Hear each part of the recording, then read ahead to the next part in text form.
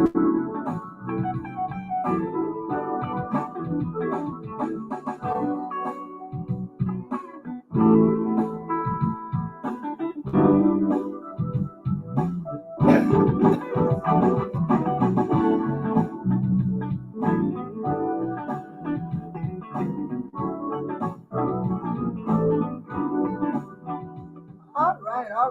right. Welcome to second portion of Talking Points Talk Show. The other one we did just a little brief talking. We did more playing music than anything, but that's okay too, because you know that's what we're about. We're about playing music. That's what we're about. We're about playing music. So it's always in order for us to play some good old gospel music, good old gospel music. All right. Well, we do have some disclaimers that we need to give you, some disclaimers that we need to give you. And one of them is I do not own rights to the music. I do not own rights to the music featured on this broadcast. All rights reserved to the copyright owners. No infringement intended or profits collected per fair use guidelines of Section 107 of Copyright Act. The artists heard here maintain the rights to their music. They will get all their royalties to their own music. We ain't trying to get nobody's royalties from none of that. Also, this is another disclaimer. The views and opinions expressed in the following program do not necessarily reflect those of PGGM Internet Radio and its management. Furthermore, the views and opinions of the guests are the views of the individuals expressing them and may not reflect those of the host, the show, the management, or the station. All right. Again, welcome into our Talking Points Talk Show. And when we don't have anybody on here with a talking point, of course, we're going to play some music.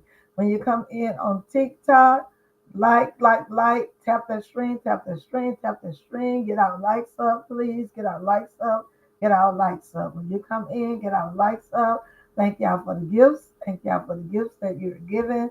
Give some gifts if you can. And also, come a part of our team. If you're into the Word of God, you're into gospel music, you're into talking points, about different talking points like the Word of God, life challenges, the music industry, and politics. If you're into all of that, well, then this is the place to be. This is the place to be. Our Talking Points Ministry, 8 a.m. to 10 a.m., Monday through Friday, and sometimes 10 a.m. to 12 p.m. And we try not to go over that. We really try not to go over the 10 a.m., but a lot of our people that have the talking points are not available that early. So we hang in here. We hang in here until they can get in here. All right. When time will permit us. All right. And for those who are viewing by way of Facebook and YouTube, don't forget that we can always use your support. We do ask for your financial support to be able to be here to do this, because you know this is what we are called to do, and we enjoy doing it. But we were never told that we'd be able to do it on our own without support. So um, we have you to know that. We know that we have to have support to do it. We have to have you here first of all, and then we do have to have financial support to be able to do it. Because when we are not here, in order just to keep it on, even just to keep it on, we have to have support just to keep it on, y'all. Just to keep it on. They're expenses for all the platforms to be on. Uh, Nothing can be on and live without uh, cable and Wi-Fi and all that good stuff.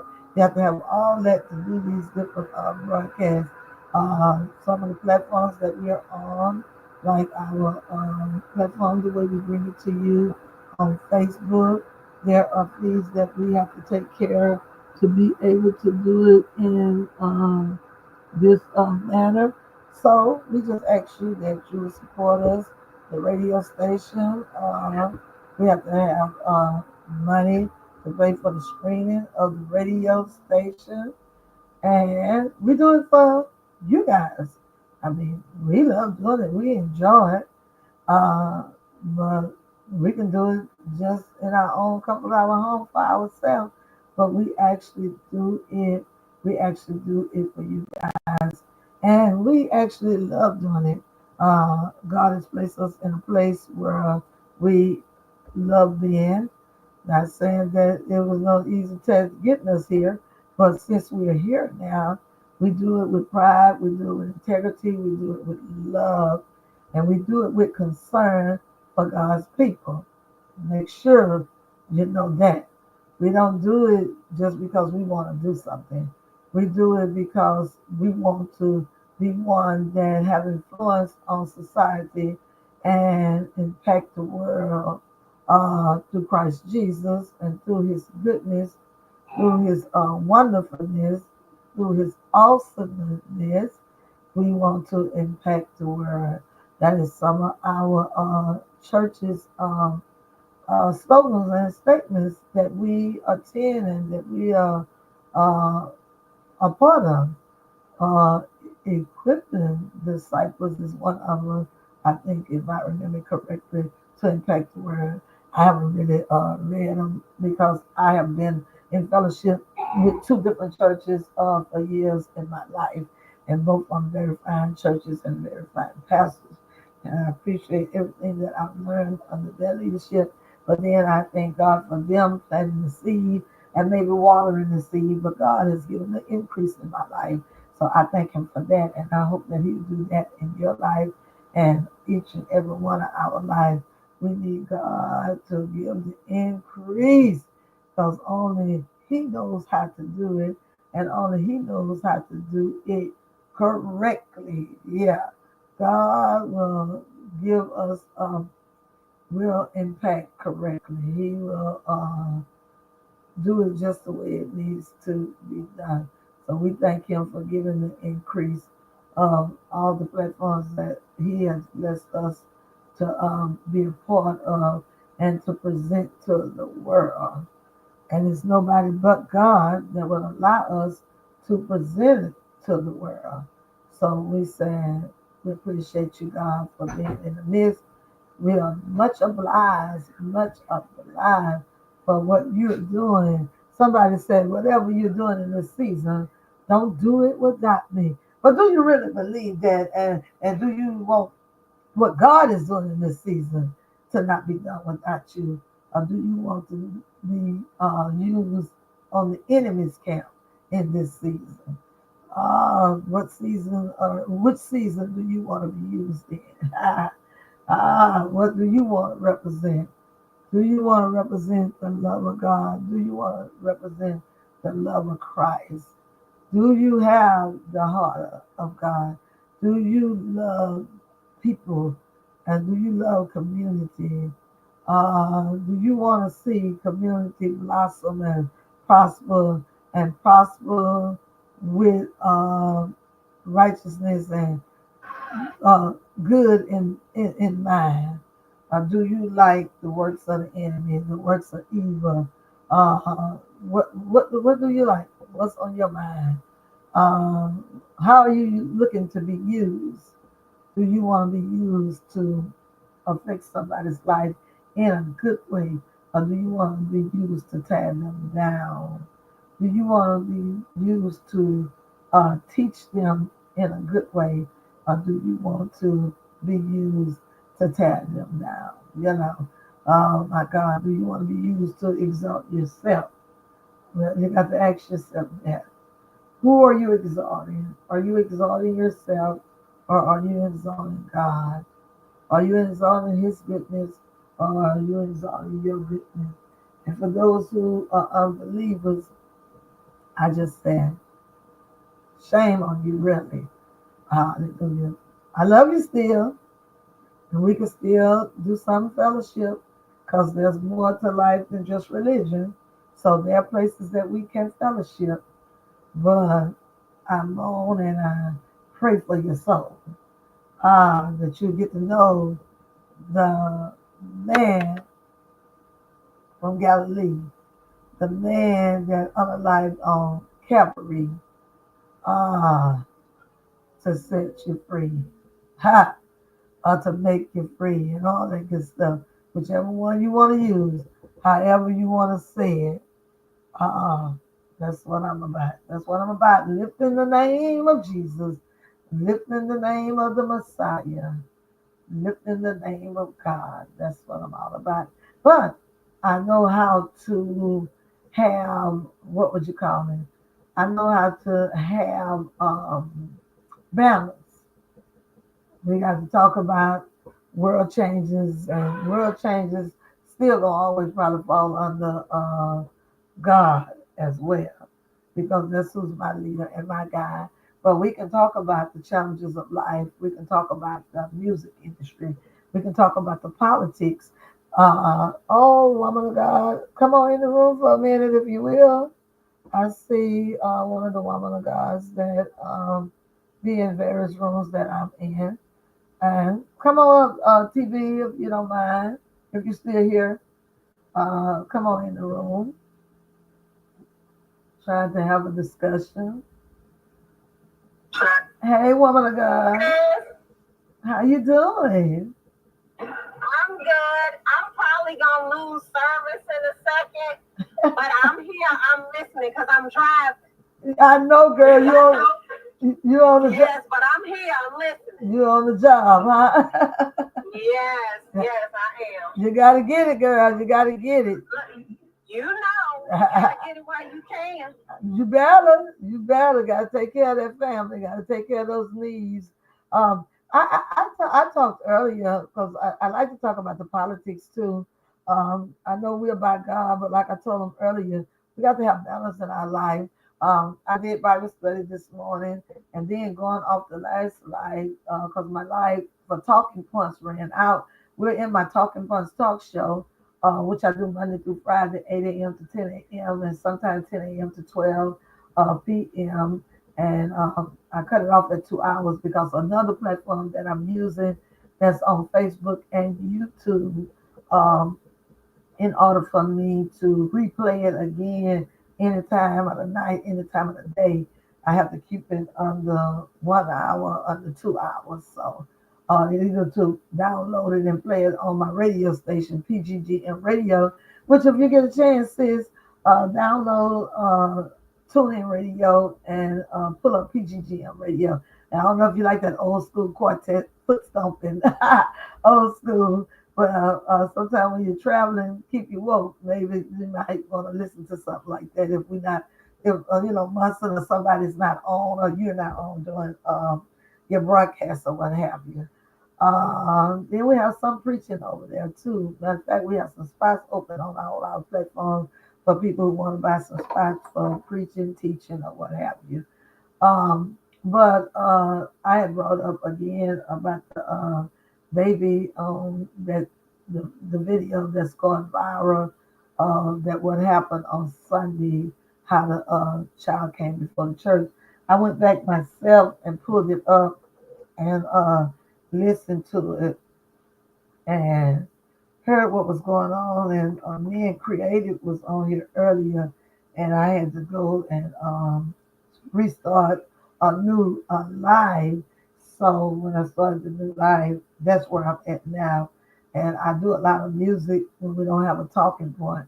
But I do have a talking point, actually, like I said, talking about the baby and what happened with her and how, it was so not right, as we all have come to the conclusion, but also realizing where it stemmed from with the minister. And then when I looked at this video, um, the church looked like I don't know, uh, somebody else took a 4 minute clipping from what I see here, and they said who he was, and he is of the apostolic church, and we know how the apostolic is, how the church in God in Christ is, and how keen they are on holiness.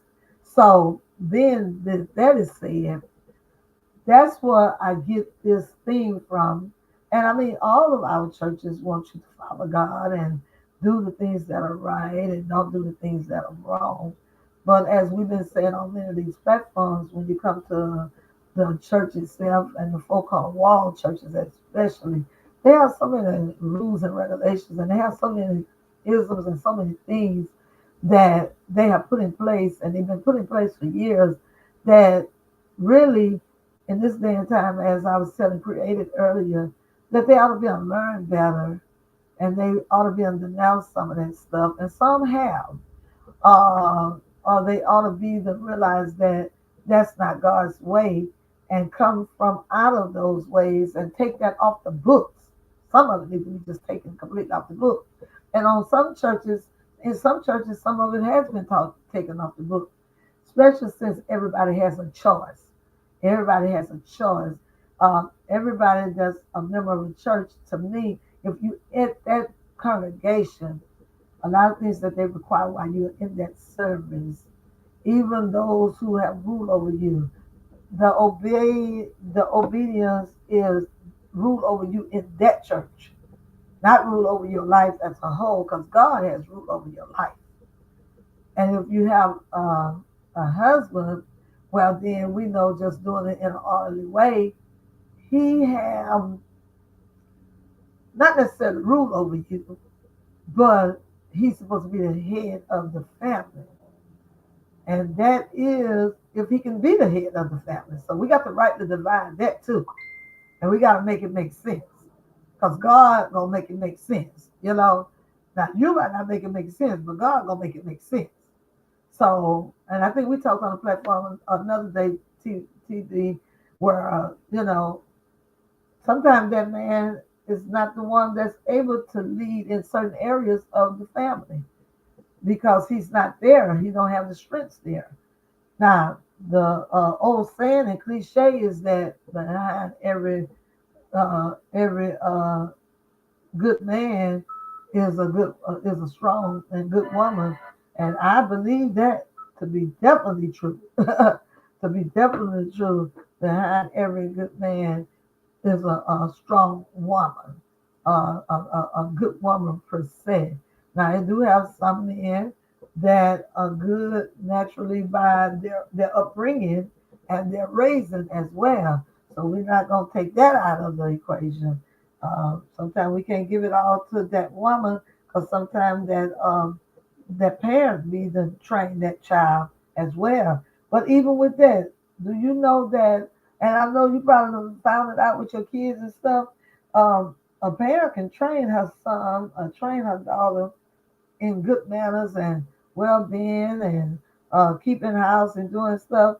But if they fool around and get to somebody and get with somebody that don't have their same values, sometimes they can find themselves slipping into that same behavior. I'm gonna stop right there. What you say about that, TB?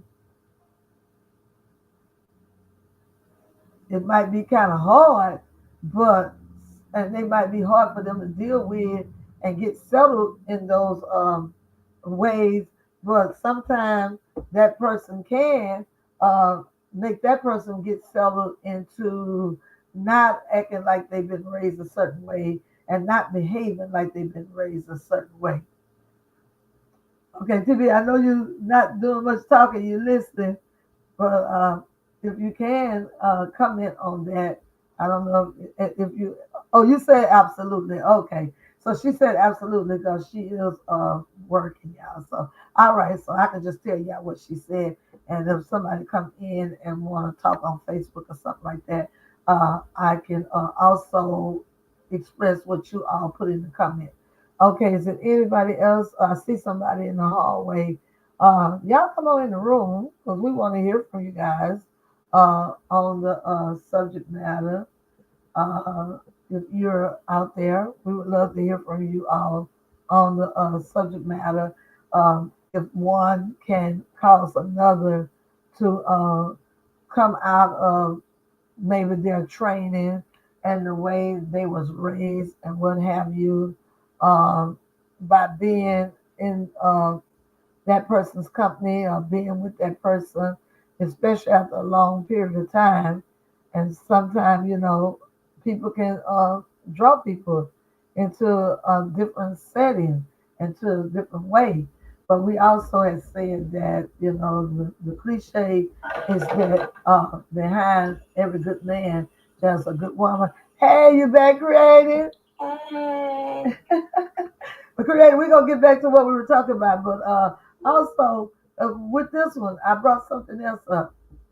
The old cliche is behind every good man, there's a good woman or something like that that's pushing him. Uh, but we have some men that before he even got with a woman, the way his mother or the way the military or the way somebody, his father trained him, he can be good. But at the same time, if you get with a woman or you get with a man that has not been, vice versa, whether it's a man or a woman that has not been trained, that is not, say, like clean, business minded, uh, sometimes that man, even though he was taught, or that woman, even though she was taught, and her parents may have taught her how to be financially stable, his parents might have taught him that, might have taught her how to be clean, might have taught him how to clean. But if they get with somebody that's not clean or trifling or whatever, it can sometimes deter that person to just not care either. Now, it's hard sometimes to get them there, but after a while, they might get tired of being tired. What you think about that? I think that a lot of things could be avoided if people knew themselves better and were honest about who they were in the beginning. Right, right. So for me, for example, I have ADHD.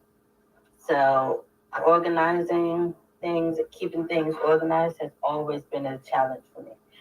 So I had to do two things. One, exhaust all the different things, figure out what works for me and what doesn't work for me. Because I have ADHD, my brain works different. So the typical things don't work for me because I'm not a typical person with typical things, Okay. who thinks in a typical way. So I did a lot of work to see what worked best for me. And I was very direct and very open and honest with my husband when we were dating. So when we started getting serious, I was like, okay, if we're gonna go any further, you need to come and see my bedroom. I had roommates, and it was like off campus housing, and I was like, you need to see, because the one thing the common areas, but I was like, it's time for you to see my room. And so he came in, he saw my room. I was like, this is the worst of me. This is like the worst part of me. This is my lowest part. Hey, lady. And I was like, if you can handle this, we can be all right. It's not never gonna get worse than this, but this is bad. And he was like, okay. Like, you can handle this? He was like, yeah. I was like, you sure? I mean, I'm always working, try to make it better, but if we can live with this, we'll be all right. Awesome. He said he could. And that's awesome though, because like you said, you was maybe pretty and all dressed up when you met him outside the house or whatever. And then you had an issue with your ADH and as you said, and it come and that's good too though. You explained that that is a and it's good to know yourself, like you said. You explained that is a side effect of what you suffer with. That's awesome. Because see, I didn't even really know that. So that might be some of the problems with some of these in my family. That I've been like people, they say, oh, y'all diagnosing everybody now, but no, really, it's not really even about the diagnosis. It's about learning yourself, trying to do the best you can, and knowing that everybody has strengths, everyone has weaknesses, no one's better than anyone else. So my husband went into it the same way you would if you were marrying someone who had some other kind of disability, like they were hearing impaired or visual impaired. He knew that there were going to be times where he was going to have to like take up some slack, or we might have to hire a housekeeper. We were like, I don't know, we're going to try to figure it out. But he could handle that one flaw. That was the other stuff. I'm pretty good outside the house. but, But that's awesome, though. I'm serious. You think that's carrying a lot of weight created because I never imagined that. And like, that's what I used to like about the term on Miss Platinum's platform. She dealt a lot with disabilities and people who have this different issues they suffer with. And I know even my son had issues. And like I said, my children in general, and probably me too, that were probably never diagnosed and could be a prime example of why different things were done and people didn't know it. So, with your ADH, how did you find out?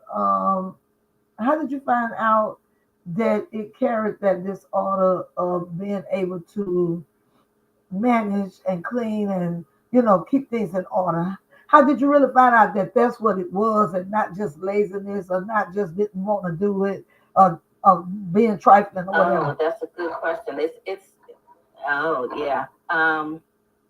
First of all, unlike most, I was diagnosed when I was 6. Okay, Um, so that was very, very fortunate for me. okay. Um, because I confused the teachers because I was intelligent, well spoken, I participated, Excuse me. I tested well, I learned well, but I couldn't. Well, once the teacher was finished talking and I was sitting down to do my work, I daydreamed I was getting really bad grades because I wasn't getting classwork done. I wasn't getting the homework done. So they're like, what is going on? Because this girl knows the information. She's listening. She enjoys school. Like, what is going on? The problem was I would get bored. I daydream. I have the kind of ADHD that doesn't have me hyperactive as far as physically. I have the kind that has me hyperactive mentally. So Okay, I'd be off in my own imagination, sitting there with no work getting done. Because once I okay. was bored, my mind was just a million thoughts all the time, all the time. So anyhow, to get back to your question, I have always been different. I've always struggled with clutter. I always had a messy desk, always had a messy book bag, always had a messy locker. Okay. Whenever people would try to offer solutions, it was always people who had neat things, who had a proclivity to keep things neat. And so the way their mind worked, their suggestions never worked for me. It wasn't until I got older and started seeking answers from people who either had worked with, knew, and understood ADHD, or people who actually had it and had found things that worked for them. So it's Okay. been a lifelong process. I'm still learning. Both of my children are diagnosed. It is hereditary. And it took a lot. I still feel like sometimes I'm being lazy, and it's difficult. And that's one of the reasons why I've also been in therapy. A lot of the therapy was for me forgiving myself for not living up to my potential. Awesome. And the frustration that comes with that. I'm a housewife. Like, my job is the house. I'm like, God, haha, that's funny. How did that happen? Because I never, ever thought that I would be a housewife, staying home with the kids, me, because I like being outside. I'm the one who I would much rather cut the grass than do the dishes. Like, I had a ball playing in the snow. We're in Maryland. We had our first big snow, and I went outside and cleaned off the car, and I enjoyed it so much. Um, If you don't mind asking, how old are you? I'm 47. Okay. I'll be 48 in March. And you say you was diagnosed at 6, so you say you Mm-hmm. still didn't understand a lot of stuff until you start getting older and you found out people who actually had it. And and that's just amazing though, because like uh my son dealt with things and some of the things that you're saying is similar, but even my daughter dealt with things because she have a lot of mother wit and she is smart in her own right, but when it came to like the schools, it wasn't until she was in fifth grade and she had this certain teacher. And I wanted her out of that teacher room because, baby, them children running around in there acting like something was wrong with them and blah, blah, blah.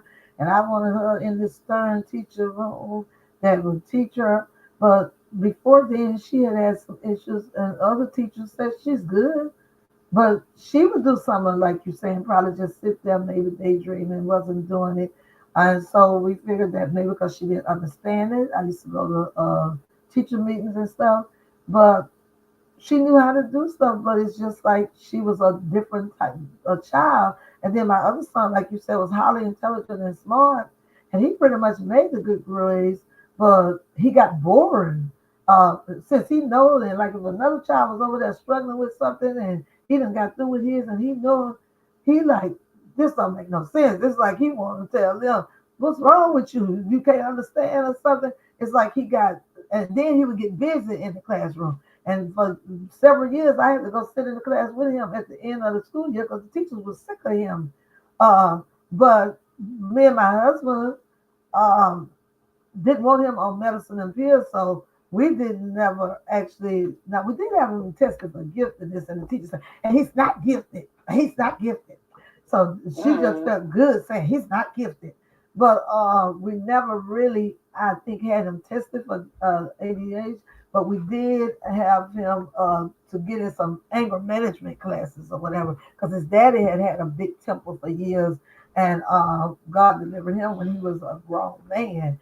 But so he did have some issues. Now, a girl that he has a few children for, she done got two of the children diagnosed and supposedly have autism. Because I was saying that you get something put on their tail and make them do what they're supposed to do, and that's what we always believed back then. My husband just saying he didn't like the way he saw the medicine do some of the other kids, so he was gonna get delivered through God, or either he was gonna get it together because he was too smart and he couldn't have this and he couldn't have that because he was too smart.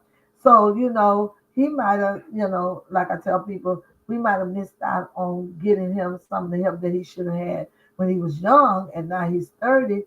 And but I think God is delivering him now, but he has a medical card because he feels like he has to have substance to stay calm and not hurt nobody or not blow up and Because stuff. here's the thing, we know those of us who have ADHD, we may not know that we have ADHD, but we know that we're different.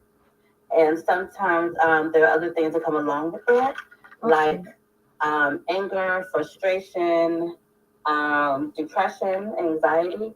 And sometimes these are side effects or comorbidities with ADHD. Oh, that we do too much. We run out of here, Lady K. Oh, you're right back. Okay.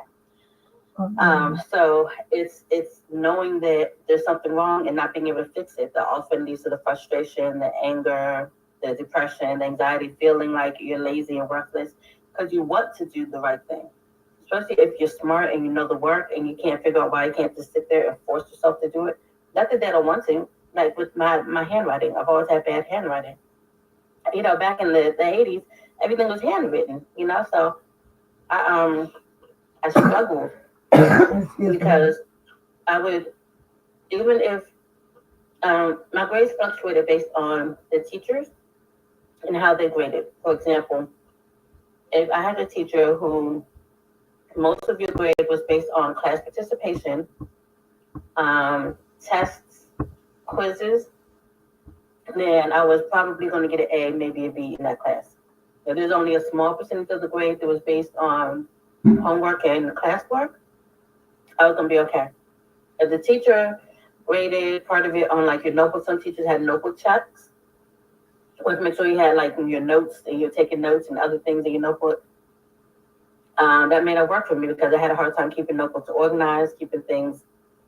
If it was a teacher that like tested your notebook, your desk to make sure it was clean and neat. It was on the report card. It would say work habits. So I always had a hard time. I always got bad grades in work habits because that's what they would use for if you keep your desk clean or your locker clean, right? I also had bad spelling. That's also, I don't know why, but that's a side effect of ADHD. Bad spelling, bad handwriting.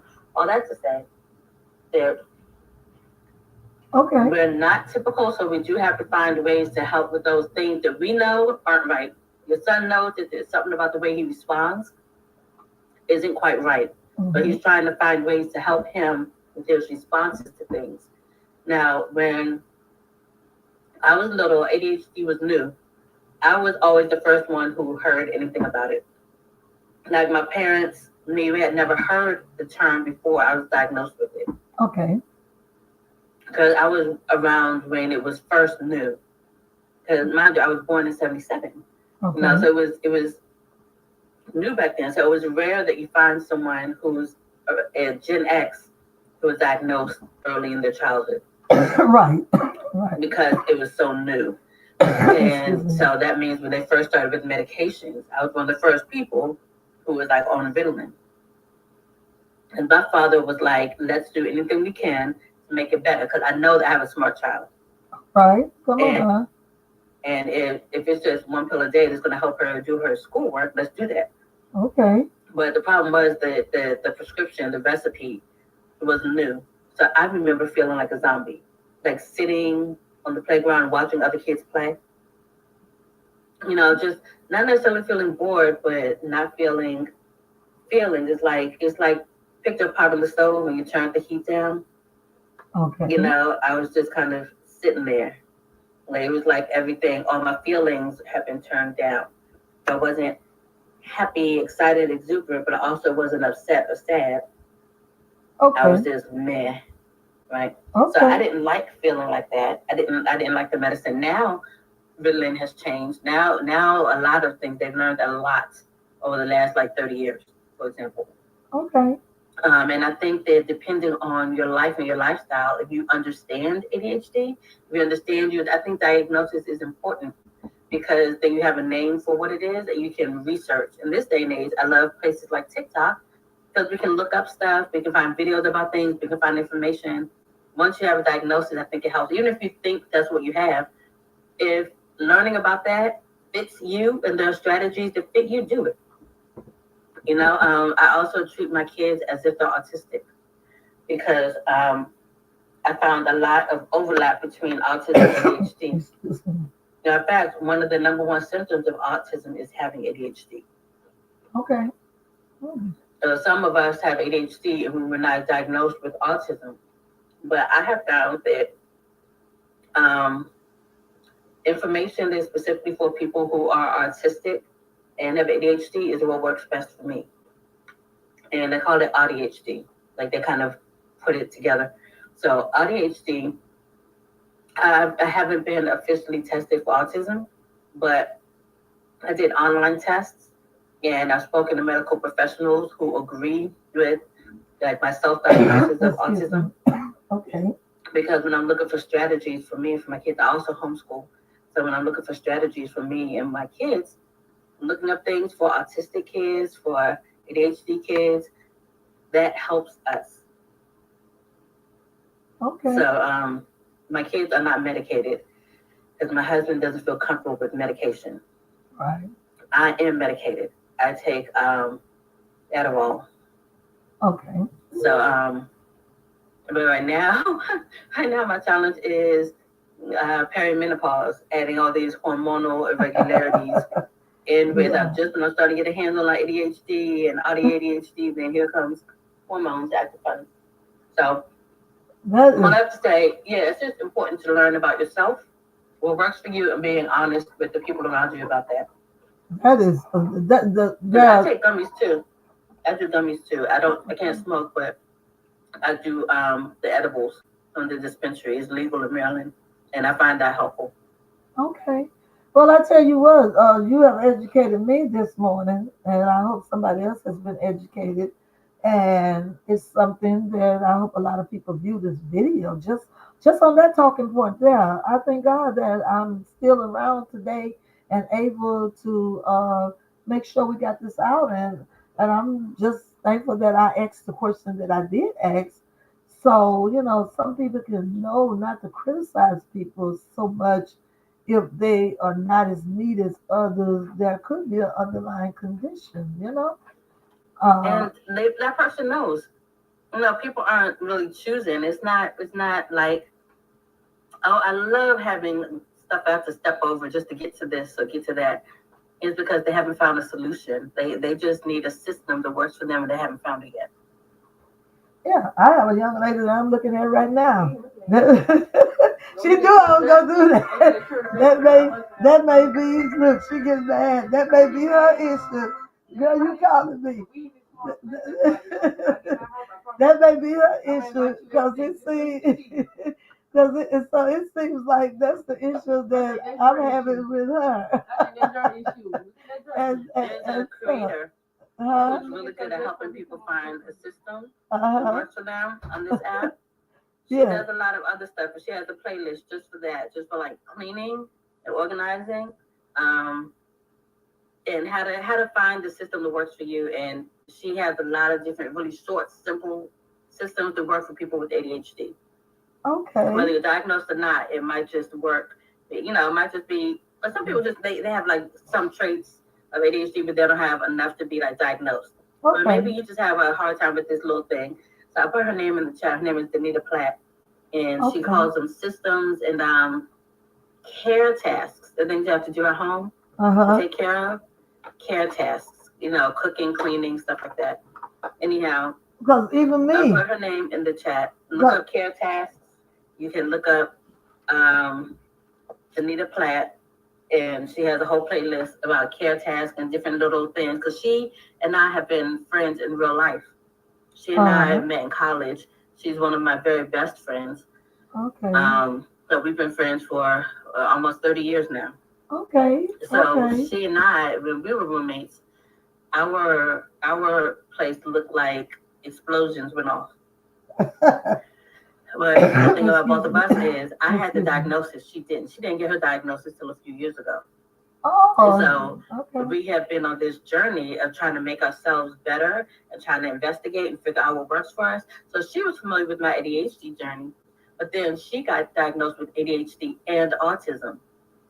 And she was like, listen, this is what I'm learning. So we sat down and we were like looking at all this information and stuff. And anyhow, she's a really good person to follow because she's very thorough about what she's learned. And she doesn't say, hey, this is for if you have ADHD. It's just, hey, you're, especially if you're like a mom, you know, you step in the room and it's messy. Here's something that'll help you out 5 minutes real quick. And it's helped me. It's helped me. Okay. And I find with me, like, you know, right now, I am in a small place, as my granddaughter said, but even with my room or what have you, I don't like to now. What would they call it? What are the symptoms of a person who don't want to get really anything, like all my bills and all papers and old stuff? Sometimes I feel that you might need it, but instead of throwing it away, and I really don't have nowhere to put it, so I got different bags stacked with papers in it, and it seems like I keep accumulating. So sometimes it can make the area not be as tidy and nice as I would like it to be. And I may have had some of those symptoms too, because even in my family, some of us, like my mom, it has to be clean, but she still accumulate a lot of stuff that she may have to get a hamper or something to put it in, or put it in a stack somewhere. And then I noticed even with my sister, she accumulate a lot of stuff. And but we have to it end up. Sounds like ADHD and hereditary. So here's what I would do, because I have that problem too. So what I do is I give myself a limit. It's not even like a set hard, here's your limit, but I tell myself if there had been a fire. Yes. And all of my stuff had gotten destroyed. If I had to start over from right now, would I need anything that bad? But what I think, like if these bags were over here, what I think, oh, that thing that I need is definitely in the bag. Will I be able to go in and get what I need to start my life? Would I be able to get the resources that I need? For example, every time I go to the doctor, they hand me a paper when I check out. Sometimes it's several pages long. If there were fire, would I be able to get that information? Yeah, I could go to the doctor. They have it on file. So I can throw this away. No, I owe these people money. They know how much I owe them. I can, with today's technology, I take pictures. If I'm not sure, I might need the information on this paper. I'll take a picture of it, and then I'll throw it away. If it's something that's sentimental, like some work that my kids did, I don't want to throw away their drawings. Maybe I'll keep a couple of the cute ones. Maybe I'll gift some to the grandparents. Girl, you sound like you all up in my living room, in my kitchen, my house. Because it's so many similar things, right? So if it's if it's important to me, like sentimental value, I'll take a picture. I might put it away, but I'm not the kind of person who hangs pictures up everywhere on the wall. So I'm gonna end up with a box of cards or a box of pictures, a box of stuff, because I'm not gonna. I don't like to get rid of cards. I keep obituaries. I don't like to get rid of cards. If somebody sent a card, I put them in a drawer or stack them and put them in a bag. It's like I don't want to get rid of nothing. So then it's a matter of, okay, am I keeping this just for keeping's sake? Because I feel bad throwing away because it's something special. So I had to give myself permission. I purge. I have to regularly purge. I have to, for my own sake. If I don't purge, I'm going to be a hoarder. So I have to purge every now and then. And so what I'll do is I say, am I keeping this just because it's valuable? I had to give myself permission to get rid of clothes that fit, that didn't have holes. There's nothing wrong with them. I just wasn't wearing it. Right? So I had to give myself permission. And I found that purging feels good. Eventually, it was like purging feels good when I started saying, wait, I didn't need that bill. I didn't need that receipt. The world didn't fall down. Then it gave me more confidence later to purge more. And I have one friend. She's very organized. I'm not as organized as her. She's very organized. She also as a part of her lifestyle, she takes a picture of stuff and throws it away. Her goal is to be paperless, right? So she'll take a picture, throw it away, or she'll scan it. Back in the day, we used to always have to scan stuff. Now we take pictures. And she has everything organized on her laptop. So she organizes like the Google Docs. She organizes her pictures. So she also teaches homeschool. So she has every semester for homeschool separated for her kids. She has bills and stuff like that separated, all of those. So she just separates her pictures. But what I'm finding out, just organizes that. I'm gonna have to get this though, because just like my phone, I video and I take pictures, but I don't never want to delete them, and then I get where I have no storage, and so I be like, here's what my husband did for me. He bought hard drives. Excuse me. Storage. You can buy just this little thing, this little device, and you plug it in. I got one, and I need to do that. Yeah. That's what my husband does, because I cannot help it, and I cannot get rid of the pictures of my babies. I have taken millions of pictures of my babies, and I'm not even exaggerating, right? Hundreds and hundreds of thousands of pictures. They're 11 to 13. I mean, it's one. Well, I will take 100 pictures at one event, You sound like, girl, that must be something to do with our ADHD. And I done went ahead on and diagnosed myself right here this morning. Now, here's what someone said. Like I said, I've been researching and learning about me and about this for a long time. Someone said, picture like the prehistoric times. No, you can picture a village, hunter-gatherers, whatever, that kind of thing. People like us, we're the way we think and handle things, we're about 10% of the population, 10, 13% of the population. Now, we are necessary because we are the people who advance civilization. We advance the population.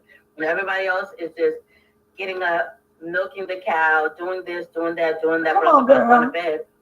We are like, has anyone tried to climb that mountain? Girl, you are in my Kool-Aid. You know what I'm saying? Like, we're the ones who are like, what if you boiled that thing right there? What if you set that thing right there on fire? What happens if you bang this and crack it open? What if you make a powder out of that thing? So we ended up being the scientists. We ended up being the philosophers. We ended up being people who would go out and make maps, the explorers, the adventurers. Also, girl, you all up in here, all up in my family, period. I have a niece like that. I have another niece like that. I mean, oh my God. It's an adaptation. And what is this bipolar? Because we always said one of them is bipolar. She got a split personality out of this world. And I want you to think about this. For us, our brain doesn't hit emergency the way other people's does. Right. So we're also very good in emergency situations. And other people are freaking out. We are calm. We are very gifted in emergency situations. Look Okay, at God. we're good at being heroes. We're good at being the rescuers, the ones who run in and help and Come save on people. now. We're good at that. That's part of the way God made us. Yes, So sir. there's picture a switch.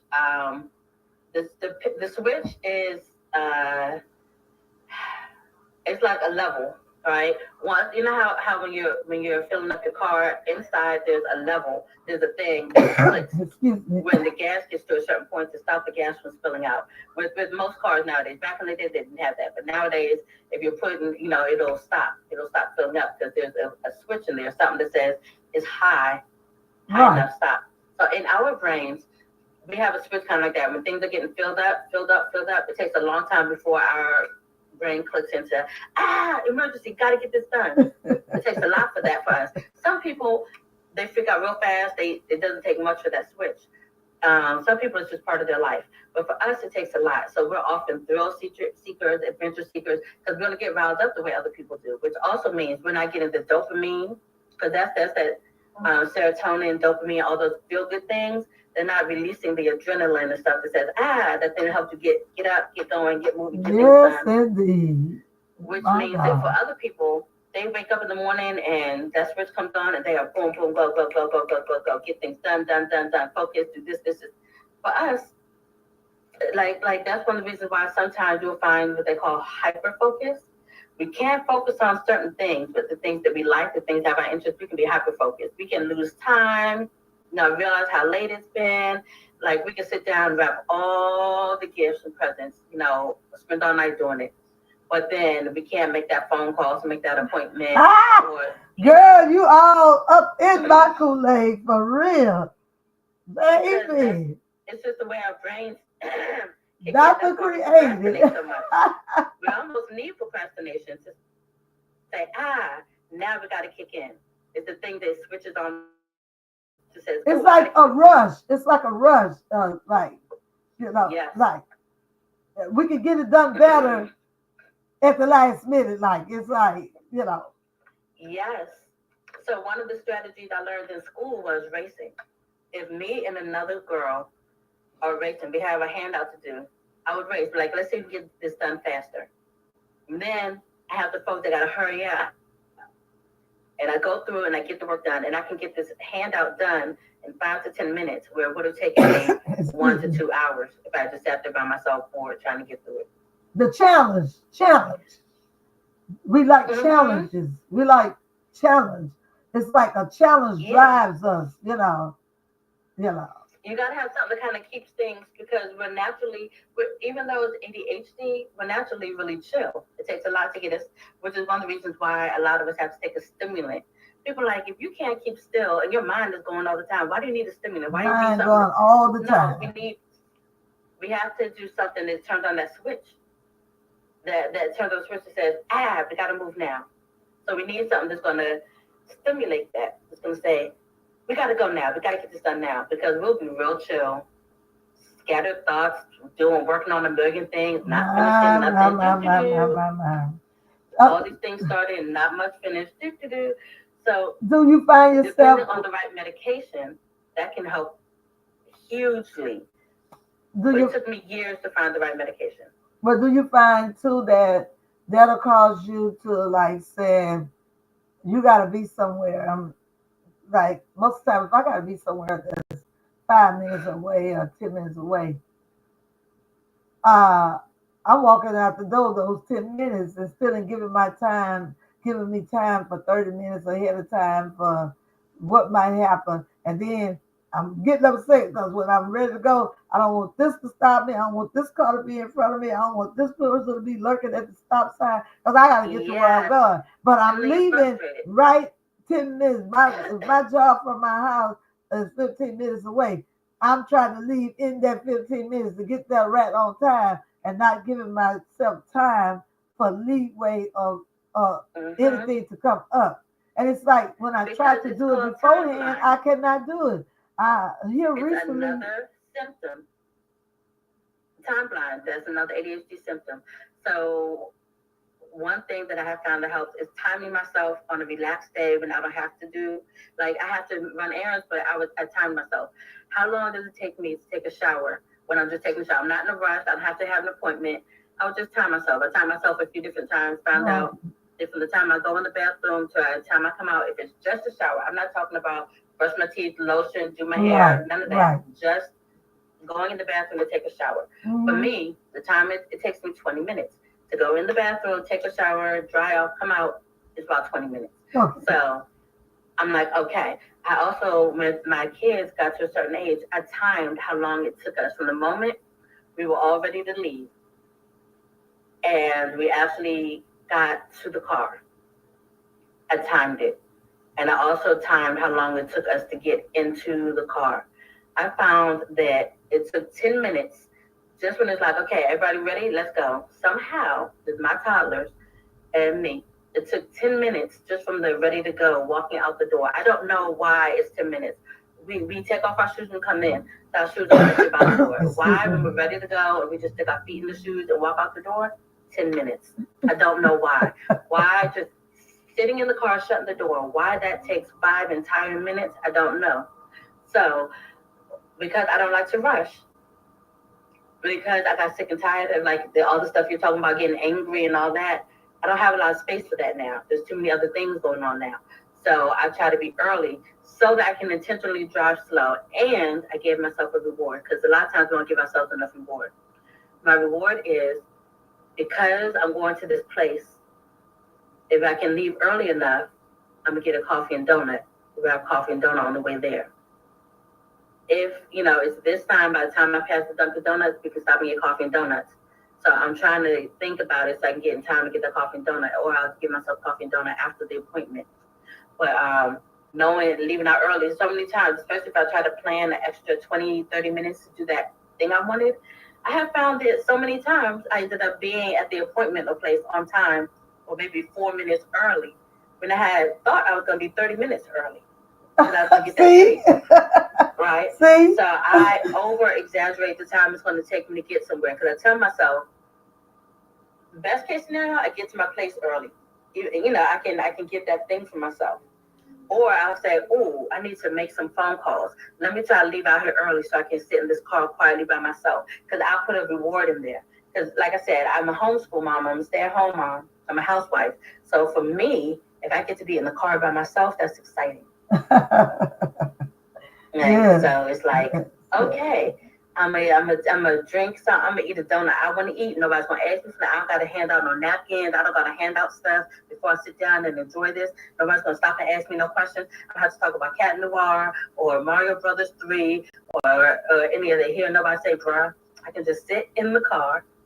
I can eat this as a reward. So yeah, it's called time blind.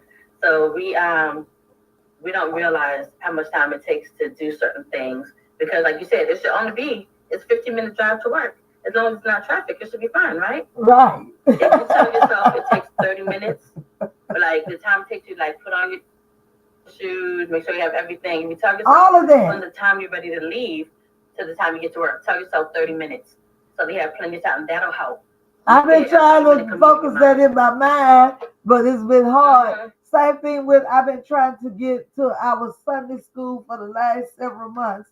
And sometimes I'm up on time, but I start saying it's just the enemy, or it's just, as you said, the procrastination, or it's like what my struggle has been with that is I'm up on time. I'm looking at, well, like you said, I'm time blind for one. But I'm looking at, okay, it takes this long, blah, blah, blah. Even if I take my granddaughter to work at 7, church starts at 7. I mean, Sunday school starts at 7:45. But now, mind you, I done woke up at 6. But then look like, and I just say it's the enemy, but it's me. And I said, and I started telling myself, Renee, no. Then I found out the children, they haven't swept the living room. They haven't did this in the kitchen. Then I'll be up, ready. I know I'm gonna be on time. Then I decide I need to mop the kitchen. Then I decide I need to sweep the living room, which I do need it. But I'm trying to tell myself, Renee, that's just a trick. That's just a trick for you not to be on time. Don't do it. Do it another time. Or either I find myself starting to do something or to try to get something done that actually needs to get done. But I know that I have that the time is going to catch up with me, and that then it's going to cause me not to get in the shower in time, not to get my clothes dressed in time, and not listening to what you were taught. Get your clothes ready the night before. Here I am trying to find it that morning. And we've been taught better than that, but not doing it. No, here's the thing. What we've been taught, a lot of times what we have been taught has been a neurotypical way of doing things. It's been a system that wasn't set up for you. In this world, we are living in a world full of systems that are not set up for us.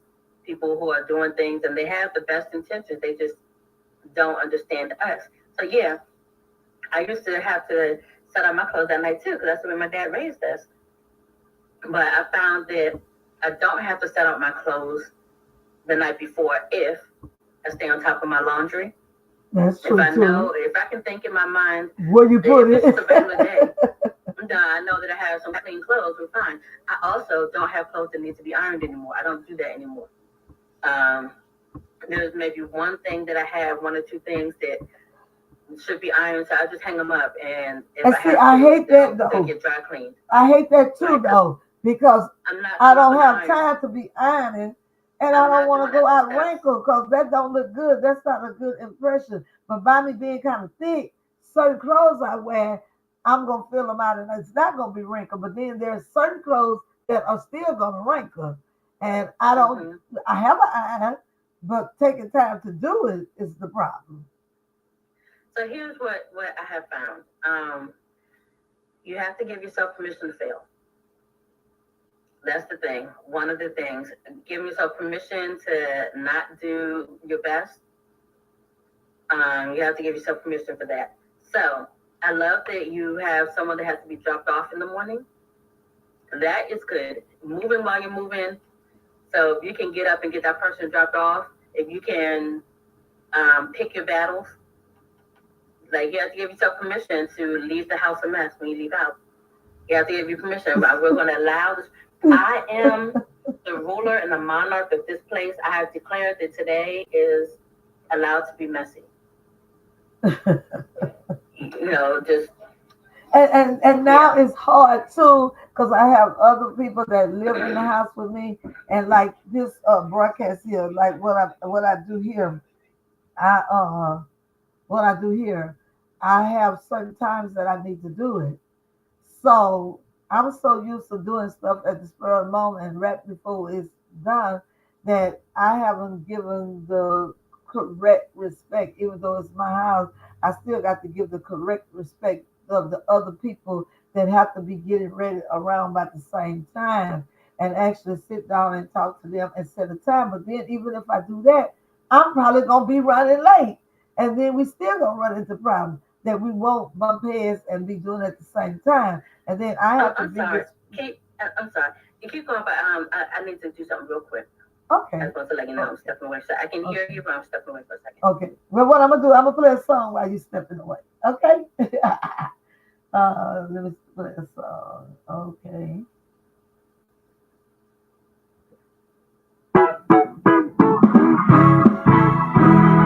When I think about the goodness of Jesus, when I think about the goodness of Jesus, when I think about the goodness of Jesus, I get excited. When I think about the goodness, listen, when I think about everything the Lord has done, when I think about where He brought us from, when I think about where we're headed, when I think about oh Lord, one more thing, listen here, when I think about how they hung Him on the cross, when I think about how our souls could have been lost, but early one Sunday morning, He got up. When I think about, when I think about, when I think about all the Lord has done, I can't help it, y'all. I have to tell someone about the goodness of the Lord.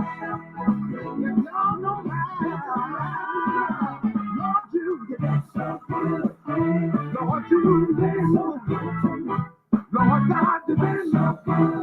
Yes, you have, Lord. Been so good. Everything in my life, so good. You made everything all right. So good. Even when I'm sad, you always make me glad. That's why when I think about it, okay, when I think about it, how you bless me, how you raise me, how you care me. All right, Greg, I'm gonna let this song play out. Thank you, Shane. I've been missing you. You're right by my side. You're so good. Thank you, Jesus. You've been good, Lord. Yes, you have, Lord. Oh, taste and see that the Lord is good. You've been a father since dad has been gone. You've been a comforter in a lonely hour. Lord, you've been a bridge over troubled water. And when I think about how you raised me, how you saved me, took care of my family, been right by my side. Lord, you bring us around. Every time I look back, I can't help it, Lord. I did, for the word said, happy is the man that find in wisdom and didn't understand. That's how I feel now. I don't gotta have it right here, y'all. Y'all say it like you mean it. Happy, I feel happy every time you with me, forgave me, delivered me, spared me. I'm standing right here to tell you, thank you. Happy, Lord. I feel happy. Yes, you have, Lord. Good God, tonight I know you've been so good. You've been so good to me. Thank you, Jesus. You've been good to me. Oh, Lord, me from a mighty long way. I can't help it. You've been good. I'm happy. Oh, Lord, I don't got happy yet. Thinking about your goodness.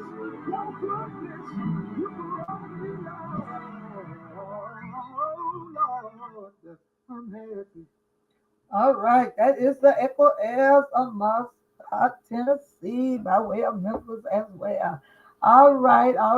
We are talking to Creative Perks on TikTok, and we are talking about ADHD, I think it is, and autism, and different things that affect us, life challenges, and those are things that we probably can't do anything about it. I heard her say hereditary, and I explained to some of the things concerning that I've seen and picked up in my family, even with my mother having a very clean and a very beautiful home, and don't like clutter and stuff, but even seemed to be in certain areas where she ended up with more stuff than she won't, even though it's very neat, but it's still more added stuff. I've seen that also with my sister. I've seen that also with my offsprings, and I definitely have seen it with me, even in my room right now. And I be looking like, Lord, come on. The room is straightened up, and it still don't look the way I want it to look. Okay, creative, back in the room. Yeah, I'm back. Yeah, and what where exactly was we that time? Just talk about the personality.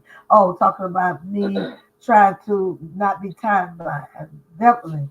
Like my grandmother used to say, the early bird gets the worm. She used to tell me that all the time when I used to stay in her house and still be laying down early and still getting out there. And I know sometimes there have been missed opportunities not moving. I'm much better now because I used to be a night owl and up all night and then sleep all morning and stuff like that. Preferred to have night jobs and evening jobs, which I still do that some now too. But now with this ministry and the platforms that I have now, I have to be up early. But I was talking about how now I have other people in the house, and I don't manage either if they're not in the house, they're coming to the house to do different things at the house. So I have to learn to manage that time, and it's been a struggle because I'm supposed to be on post right here, and then I'm working late at night too. So the body sometimes I shut down on you. But even when I'm not, sometimes it's hard for me. I'll be up and still won't uh, go and do what I need to do to make sure I have it taken care of before others moving around and they have a certain time to be places. So uh, that's something that I've got to work on. And I don't know if that's a part of being inconsiderate of others, a part of ADH that may be something that I was never diagnosed with and may have should have been or something like that. I don't know, but it needs to be corrected. Yeah, I and know there's that also been much. a stigma. People act like if you have a challenge with this thing or that thing, that means that you, oh no, you got a problem. There's something wrong with you. It's Well, that's just, the way I felt about it. That's another reason why I didn't want. Because even here recently, when my son was and the girl was talking about his children, I'm like, wait a minute, we the people just trying to make their children see and make their children something wrong with them or make their children aura. I mean, what's going on here? Everybody trying to make their child have something, whatever. You're supposed to be wanting it. And see, my thing was, especially up in the old days, the first thing you think, people just want to get some kind of check or something. And we wasn't worried about no check. We want our child to have understanding. We don't want our child to have a problem to get nobody's check or anything like that. yeah. Yeah. So that was a stereotype thing probably that we put in our head that could have harmed our children. You know what I'm saying? Or harmed us, or harmed, family members. Because a gentleman from my church told me that was a real wise man. He said, "You probably can have that child some help." But another thing, we didn't want them on the D's, the substance and stuff. We felt like, and then like you were saying earlier, and I think one of the other children in our family, mother did let her have it for a while, but then she got her off of it. But you said that they have improved the medicine these days. And so that was some of the things. And that's why my son prefer to get a medical card for the other substance than to take pills and stuff. And he used to tell me, he said, well, if you don't want me to smoke this or whatever, but then you need to take me to the doctor. He reminded me he had got grown, could take his own stuff to the doctor. You need to take me to the doctor to get this, that, and the other. Because, like you said, and, I ignored it to a point. It's kind of halfway bringing tears to my eyes because, leaving my baby and thinking my baby just this terrible child for so many years when he actually needed some extra help and cried out for it, but nobody wanted to do it because you're scared you're gonna get them on something things that's gonna alternate them. So Because that's the thing deep. is, we were doing the best we could, right? With what you know. Now, here's something that I didn't know until, again, I had to like really search it out to find out. But it turns out that we heard a lot of stories about people getting hooked on Adderall, and people selling it and getting addicted to it. Right. But if you have ADHD, you can't get hooked on Adderall. It's the people who don't have ADHD who get addicted to it because it gives them this high, and Okay. but I don't feel a high with Okay. Adderall Okay. because it's like It's helping a situation, yeah. a Okay, so picture condition. there's a crack in the floor, and you pour some concrete in that crack to smooth it out. Okay. Now that Okay. floor is just fine. You pour concrete, then you're just pouring concrete on the floor, and it's gonna make a bump in the floor. But if you already have a hole, then that concrete is just gonna fill the hole. It's like that with Adderall. All right. So if somebody's brain already doesn't have that ADHD crack in it, then Adderall is going to hit them in a different way. But if you have ADHD, then the Adderall is just hitting in where those cracks are. And you're not addicted to it because it's going towards what needs to be affected. Come on now. You understand? And you know, and I received that too though, because that's just like the C word, the cane word. Uh when they put it in medicine to help people, it don't cause people to get hooked and strung out. Not if they take it just for the help their their symptoms. They probably won't get strung and taking it as prescribed, as necessary, not, a whole bunch of one thing that's all like streamlined down into this potent thing and you take a hit and woo, no, but the chemical makeup of this particular thing bonds to the blah, blah, blah of that thing and it can make it better. So they will take the chemical component of blah, blah, blah to fix onto the neurons of such and such that helps the synapses to do blah, blah, blah. And then, that helps you be better. And I also, it's not just for better grades, because for me, I felt like as a child, I decided not to take the Ritalin. Like, I was like, my father cannot force me. And I talked to my pediatrician. Like, I was like, when can I stop taking it? She's like, puberty. Because back then they thought it only affected you during childhood. They didn't know it was lifelong. But she told me I could stop taking it in puberty. So that's what I did. But because my problem was just not getting the best grades. And I figured as long as I don't fail, that's my own personal goal. As long as I don't fail, that's my goal, just to get through, graduate high school without having to repeat any of my grades. Right. And that was the reason why I went to do what I wanted to do. And that was the reason why I went and sat in them classes with my son, because I didn't want him to have to repeat any grades, especially because he just wasn't calm enough and stuff. I didn't want that to be a reason, or because he misbehaved a little bit, I didn't want that to be a reason for him to miss grades when he was smart enough to pass, So exactly, because you know what? Grades don't reflect how smart you are. They reflect how much work you put in. Right. How much work was graded. Right. Because you have some people who get straight A's who are dumb as a box of rocks. But they did every assignment and turned it in. Right. Ooh, and they didn't know what to do with me either. I had one teacher who used to call me professor. She was like, because you're so smart, she's called me professor. And she recommended me for the talented and gifted. And she's like, yeah, you need to be with the talented and gifted. And what she did was she changed up the way she handled homework with me. She would give it to me, she give out the handouts like everybody else. And then the next day, when it was time for us to break us up in the groups to go over the homework, she would she stopped asking me if I had it. And she started just handing me an extra handout. Well, she was telling me, okay, guys, we're meeting up 5 minutes for group. Get out your homework. She would set a sheet right there on my desk. And that helped me because sometimes I did the homework, but I just couldn't find it. By the time we got to school, I couldn't find where I put it. Then I'm losing grade on stuff that I knew. But I knew the information, so even if I did it before, I could do the homework real quick. Or I could, even if I hadn't done it the night before, where she put it on my paper on my desk, the time it took everybody to pull out their homework and to go have a seat in the circle, I finished the whole worksheet and came and sat in the circle, and it was always an A. Awesome.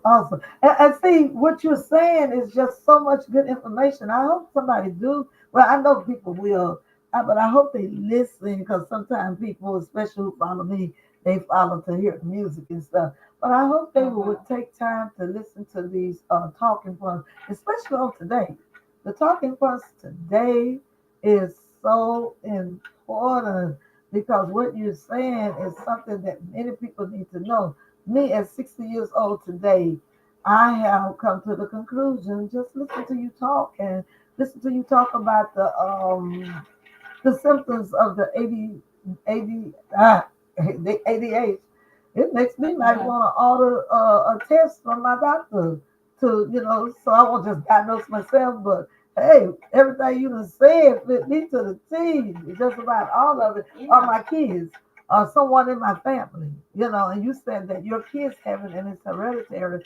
And even with the situation of two of my grandchildren being diagnosed with the autism, I was like a little bit displaced about that. And I still was trying to think up through the old school. Children need to be just spanked and made to behave and do what they're supposed to do. And why they coming up with all this new stuff and stuff? But years ago, when people like when they was giving people change back there for being slow or something wrong with them, but they smart, they're jack of all trades. A lot of that has to do with, like you said, these diagnoses, and we felt like that. Also, these were sicknesses and things that people just put out there. The other people, maybe the white tea people, just to hold us down, just to intoxicate our kids or something like that. That's our mindset. But you are a living testament of how you know for a fact, just viewing yourself and knowing that these are things that you didn't desire to do, and these are the things that you fought with. These are changes that you needed to make or you wanted to make when I put that out there. So that was the Holy Spirit. That was God telling me to put that out about how a wife or husband can change the other one for being tidy or being clean because of their behavior. So when I put that out, it opened up a whole another broad avenue, and you being the right person in the room at the right time that can talk about being messy, can talk about not being organized, can talk about and then being diagnosed as a child. When if you would have been my child, I'd have probably told them, and then as smart as you said you were, I told them, child, not today. You know what I'm saying? And would have caused you to have more problems. To get me, it was difficult. It's challenging, especially people have your best interest at heart and they really want to help you, but the stuff that they're telling you is not helping or is making the situation worse. That's hard. It also makes it harder to trust the people who say that, the adults in your life who are supposed to be there protecting you. Yeah. They really think that they're helping and they're not. It takes a toll on the relationship with that adult. It's hard to trust them because they want to do what's best for you, but they don't know what's best for you and they're not listening. They really don't get it. Then you feel like you're unseen, you're unheard, and you can't go to this person when you have a problem because they don't understand you. That's correct. And that's hard, It's hard, but we learn to adapt. And I think it is good that your son is trying to find something that works for him. Because there are actually, like if you go to a dispensary, like here, like I said, in Maryland is legal, and they actually have certain ones that you can buy that people have done that like added caffeine and other things that'll help. Like, okay, if you have ADHD, this ought to help. If you have a hard time getting up in the morning, this ought to help. And they actually have different strains that do different things. It's not all just woohoo, loopy, Like, cause even when so it's he's go ahead. Yeah. Because even when he went to, it's good that he's trying to find. Right, and even when he went to basic training, all that hardcore stuff that they do for military people, he was able physically to pass everything, but that discipline and that control part was an issue for him,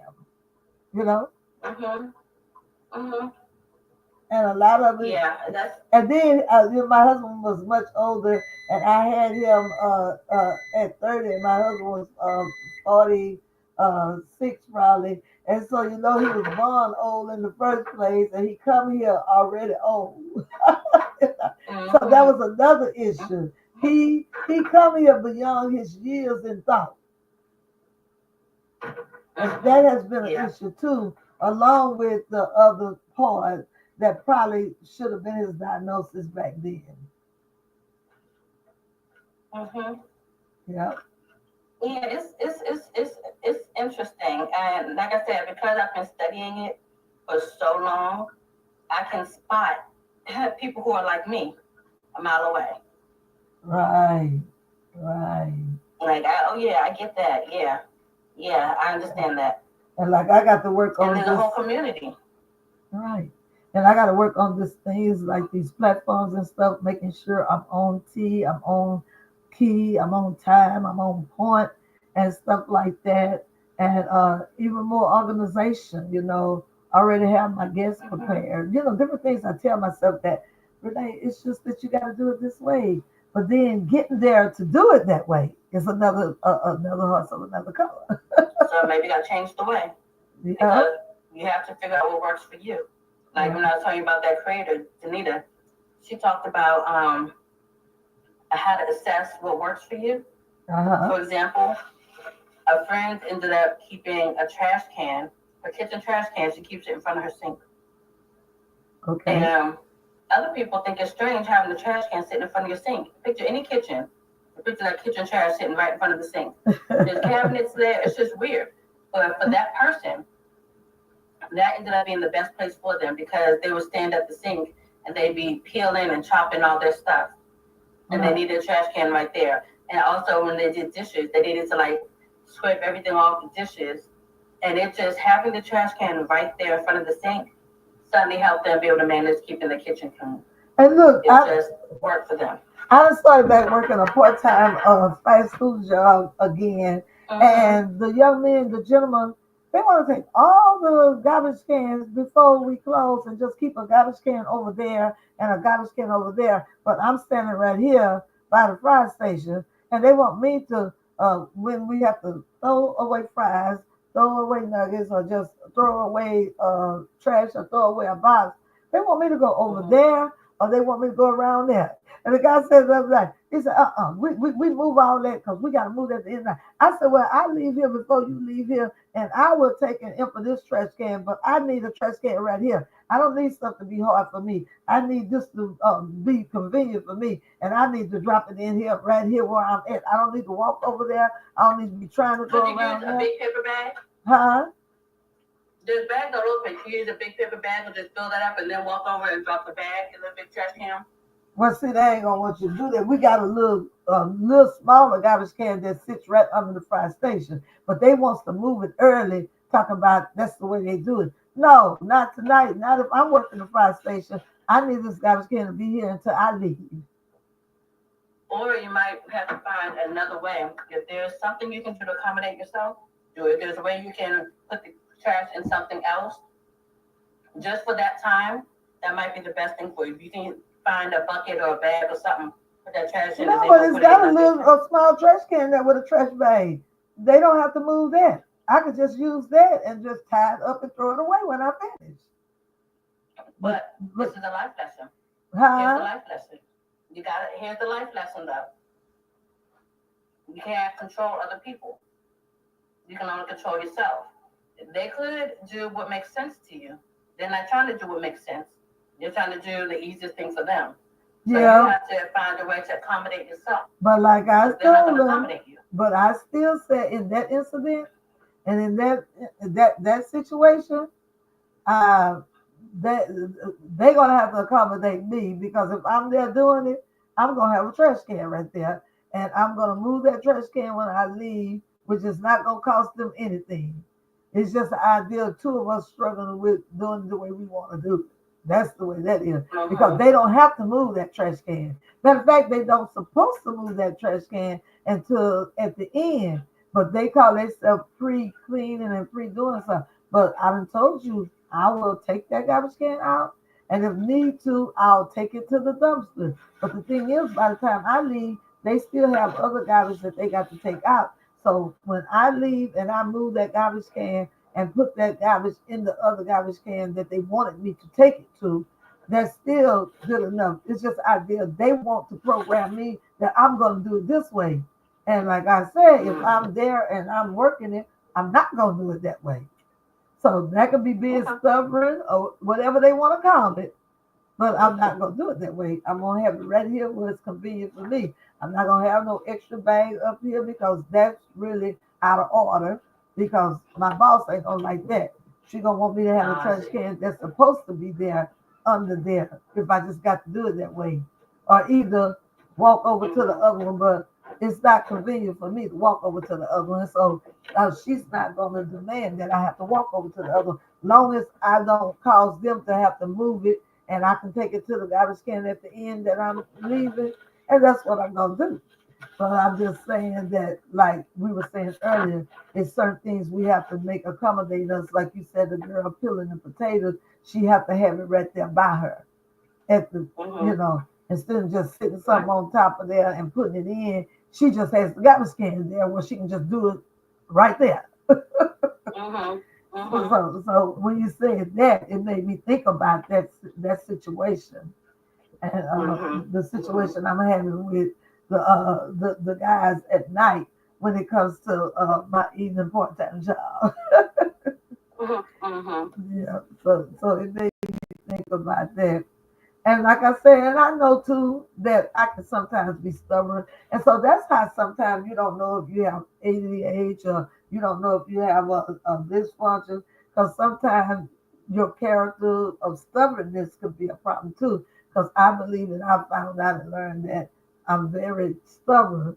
I didn't think I was prideful, but sometimes I think I'm prideful too. I see that too. I've seen that too. You know? It sounds like you have the other thing is you're saying this is the way it's supposed to be, and they're trying to get you to do things against the way it's supposed to be done, and their way is inconvenient for you. That's correct. Also, with autism, there's a thing they call what is it? A strong sense of moral justice. Really? And we will. And you know, I was in management. I was in management at that job, and people was handicapped, don't do it right. I had to stay hours after work because if they didn't do it right, I wasn't leaving unless it was done right. And then I wasn't gonna be hollered at the next day by the manager and be wrote up by the manager. It's got to be done right. And they didn't want to do right. They want to do things half cocked. Matter of fact, I had said I was not gonna go back into fast food because going to these restaurants, I'm that customer that when I check my fries, if they're not hot, I'm giving them back to you. And I really don't want to pull up while you're giving no new ones. Sometimes I'll just go in, but sometimes I sit right there. My children and people with me be saying, Renee, don't worry about it, don't worry about it, because they scared somebody's gonna do something to their food uh, after I done fuss and complain. But no, people don't care nothing about your food. They give you old food, they give you unhot food. And that's another thing that goes on with me with that fry station. I don't want people getting cold food. I want to drop the stuff at a reasonable minimum and make sure the people got hot food. And you know, in fast food, they worry about speed. I'm worried about the speed, but I'm also worried about the product that I'm serving people because I am a customer too. And when I go somewhere, I want warm food and I want good food cooked right, you know. So I had said that I couldn't stand fast food anymore and that I didn't want to be in it no more because people do not value of the customer stuff. And that's the same thing with not having that trash can there.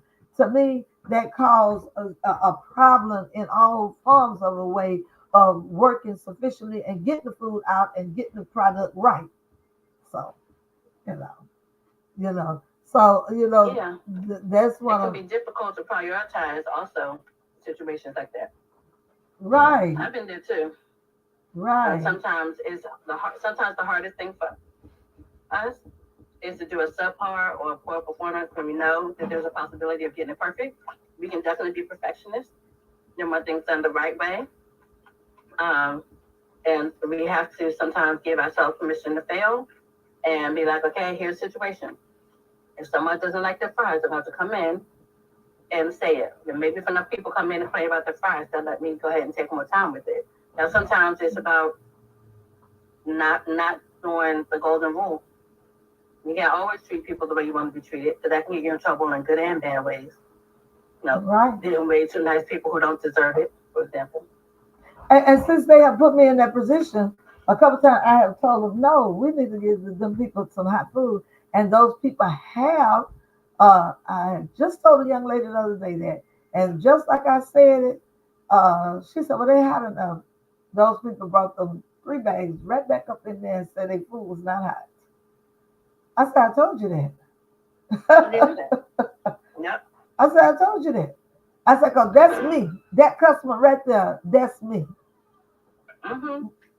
Yeah. And I get sick of getting out of my car going up and down. That's why I came through the drive through, you know? But yeah, they giving me cold food. And then the food 15 for a combo, $15. And you gonna give me some cold fries or cold nuggets? No, not today. I'm not that person. Because it's too hard to come by the money for you to give me just anything and think it's okay. No, ma'am. No, sir. Mm-hmm.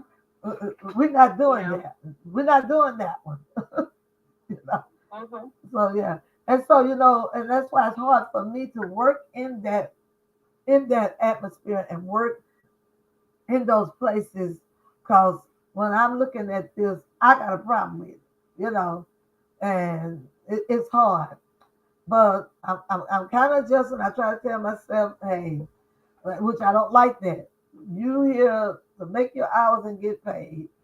You're not the manager on shift. But the thing about it, the GM is a friend of mine, and a GM kind of glad I'm probably there now because even though she wants the speed of service, she do not want stuff going out any kind of way because I know her like a book, and she Mm-hmm. don't want things done all kind of way either. And so I don't mean to be a police and policing nobody, but I mean, and then on top of that, all of these people are much younger than me. All of them is like anywhere from 15 to 30 years younger than me. Because most people say that fast food is a young person's job anyway. you know. So They have a lot they could learn from you. But at that age, they think they know everything. nah, nah. Yep, at their age, they think they know everything. But I enjoy customer service. Now, customers can be a mess too. Sometimes they can work your nerves, and they have worked my nerves.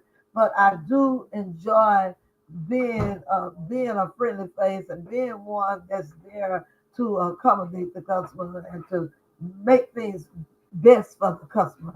Now, you can't satisfy everybody in no time. Sometimes people gonna complain and don't have no reason to complain. But most times, and like I was telling one day, they put me on there. I said, okay, so y'all want me on fries and nuggets? Baby, they ain't gonna be able to talk about they got no cold food today, not no fries and nuggets, not Mm-hmm. today. Y'all let me handle this. I'm gonna drop, but don't try to coach me to just keep dropping on top of I mean, just so many, and then we have all this left here, and it's cold by the time the people get here because there's a system at these fast food. The stuff is only gonna last and be cold for a certain minimum of time. I mean, Yeah. hot for a certain Yeah. minimum of time. So Just a few minutes. Yeah. yeah, so why drop all that stuff and then give people because you're still wasting. Because when they bring it back, you still got to throw it away. So you're Yep. wasting. You're wasting inventory when you could just do it right in the first place. When you could just Mm-hmm. monitor it and do it at a pace. I'm standing here. This all you got me doing is this. So why should Where I they used to have? live, there was this Wendy's, and I knew when I went to that Wendy's, it was always gonna be a line. It was always gonna be slow, but my food was always hot. Okay, okay, We just be sitting there knowing it's gonna be a long line, but my frosty was cold and my food was hot.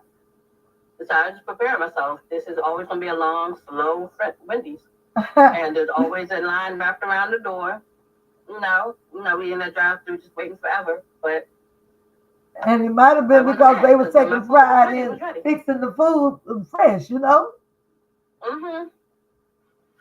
I'm like, okay, at least they're taking time to get it done right. And the people inside, I knew it was managed right because inside was clean.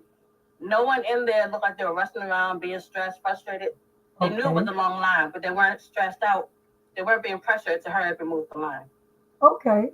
Yeah, because people want quality stuff, but the people upstairs talk about fast, fast, the more. And it is true sometimes the more customers gonna come, the faster the line move. But I'm sure they want quality food though. You know what I'm saying? Mm-hmm. They want it Mm-hmm. fast, but they want it quality.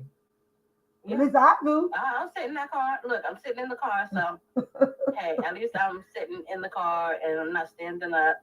I'm good. That's what I like about how Chick-fil-A does their stuff too with the line. Yes.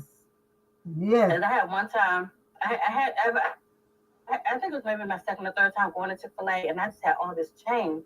And I was like, I'm so sorry. And she was like, no, it's fine. Take your time. So I'm like pulling out the change because I don't know if I had like left my card and I had to like use the change. I thought I had my card. But anyhow, so I'm counting out this change and I'm like, oh no, there's people behind me. She said, that's fine, they're fine. And then while I was sitting there counting out my change, there were people coming out, going to people in line and giving them their food.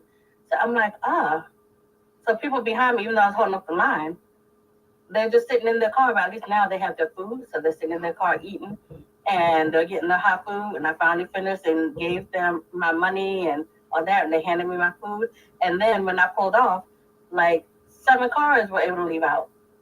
That line went down real fast, because everybody was they just because it's about quality. It's about, hey, this one person is being held up, but we can still, if they're sitting in here, we can still get everybody else their food.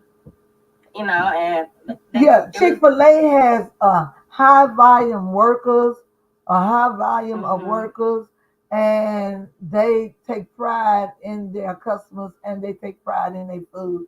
That's what I do like about them as well. They have a high volume of workers. They make sure they have enough people to work, and they take pride in their food, and they are very polite, and they teach great courtesy. So yeah, and that's why they make a lot of money. And I think they are spiritual because they don't open on Sundays. So yeah, whoever the owner is, whoever the owner is. A lot of people don't like them because of that. Yeah. Right. Right. It is a Christian company. Well, Creative, we have had an awesome time. Stay in. I have my friend, Mr. W. Mr. W, I'm so glad you made it. I had to do a second show, and I got you. But guess what? I only got about 15 minutes or more to talk to you. I saw you on the other platform. This is Mr. W created. Hi, Mr. W. And he's wonderful, and Hi, ma'am. He's a very intelligent man, well-rounded, educated, military, and know a lot about government issues, read a lot, has traveled a lot, has a family way over in Europe, and he's in California. He go back and forth. He's just a wonderful man. I'm so glad that God allowed him to cross my path. But unless I talk too much, Mr. W, what's the key things that's going on? I kind of briefed something on TV one day. With Biden doing something, and then I briefed something else. Then I kind of heard y'all the other day up in the room talking. I know 15 minutes ain't gonna be enough time for you to update me, but go ahead on and update me and update my audience on what's going on in our political world in the United States of America. Well, right now, it appears that blue governors, including California and so forth, are preparing for this Trump escalate. DT. We use DT. Yeah. Okay. Okay. Sorry about that. Oh, that's right. That's being controlled now. I forgot. Okay. Well, anyway, they are preparing in a lot of different areas, and I don't know if you're aware of this or not, but from what I understand, here in San Diego County in California, it is practically illegal to cooperate with ICE. So that's already a resistance right there. I mean, I would have never, I don't engage with them anyway. So ICE is the one that was going to try to come in and take people, immigrants, out of their homes and stuff, right? Well, yeah, off the streets, out of their homes, or wherever, school, churches, doesn't matter. So it's already illegal, and so right now, since it's illegal, he can't overturn that on day one. Well, see, this is for California now. I don't know about those other states. Oh, okay. That's a state law. Okay. Yeah. This is California. In California, it's I read about it because people were concerned the border in San Diego because that's a common border. People cross there all the time, back and forth, working and all kinds of stuff. I mean, we know there's no problems there. So people were concerned about him coming in trying to do these type of things. And of course now they're beginning to prepare for it. Figure out how to stop him. Okay, that's one point. Okay, how about the two texts? Now my daughter is saying she don't care what they're saying. Those two people were from Texas, and they just camouflage. I don't know if that you would call it camouflaging it, saying that they terrorists, and that's just some people that's up in these United States that is running behind this new stuff and this new election. she don't believe there was no terrorists at all. So what's your take on the Las Vegas Act and the New Orleans Act?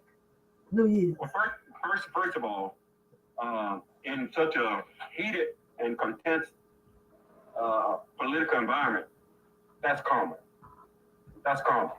You just haven't seen a lot of it here in the United States because of the way the United States has been operating politically. But that's common. Anytime you have situations like that, you're going to always have these extremists somewhere on the edge that take some type of action. And most of the time they're like one, and they're probably influenced indirectly by somebody else, like the one guy in NOLA who he was influenced by. Not clear, they say it was, a terrorist group, but, that's not absolute yet. That's the way they want to formulate it. But that's not absolute. The guy could have just been out of his head. I mean, he was a military guy, which means that it could have been some other factors wrong with him. That's what my daughter said. Yeah, it could have been some other things wrong with him. And then the other guy was similar. Because it seemed like to me he was. Yeah, she said both of them was military, both of them from Texas, both of them this, that, and other. Yeah, one of them active duty. The last guy in Vegas, he was active duty. He was still in the military. He came back on vacation. Did they unalive him too? No, he did it himself. Oh, that boy, all that craziness. Yeah, that's what I'm saying. Look, let's be logical. First of all, those were not professional operations. You could tell because how they were conducted. And number two, they were individuals, and up to now they haven't found them connected to anyone else. So which means they were French extremists, lone wolves. Okay. That's the point. Okay. So how about the So I think we got through that one for right now. So how about? But they're still investigating and learning who their families were and all of that stuff, huh? Oh yeah, you got to keep investigating because don't forget, an investigation is like a form of science. You're looking for evidence to connect something to create a picture, to come up with a result. So just because you stop at one point doesn't mean you won't find more. And also, it lets you know if they got somebody else out there that was working with them, right? Exactly. So you have to always continue to look for other evidence, unless it is absolute airtight and there's no other way, there's nothing else there. Yeah. But as long as there's an opportunity or a probability that something else is out there, you got to keep looking. Okay, that sounds logical. How about somebody? Now this might have been just a hearsay. She said, I saw a man.